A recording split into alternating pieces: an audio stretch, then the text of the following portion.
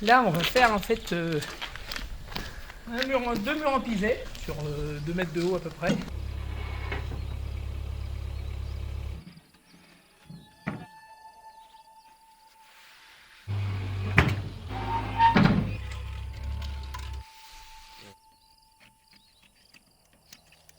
C'est là où le casque est intéressant.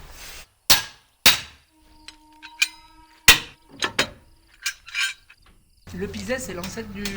C'est un béton de terre. On dit jamais béton de ciment, mais béton en fait c'est un agrégat. C'est des cailloux et du sable avec un liant.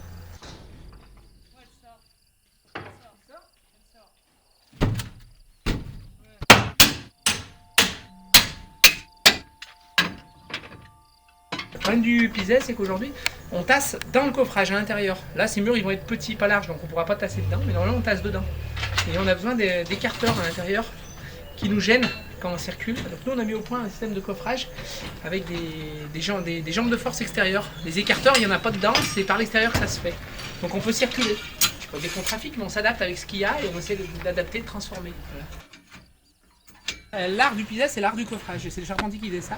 La Première Guerre mondiale, les charpentiers sont allés dans les tranchées, ils ne sont pas revenus. L'essor du ciment, ça a suffi à éradiquer la technique. Tu vois, on pense que c'est la technique la plus écologique au monde. Parce que tu prends de la terre, tu la tasses, ça fait un mur, demain tu le mets par terre et tu recommences. Et à part le transport et l'extraction, il y a zéro pollution, très très peu d'eau, donc c'est une technique fantastique, qui est porteuse en plus. Quand tu fais un mur, c'est hyper gratifiant, parce que dès qu'on va commencer à tasser, on va décoffrer immédiatement, et tu vois le résultat fini. Et ça, c'est hyper rare d'avoir ça.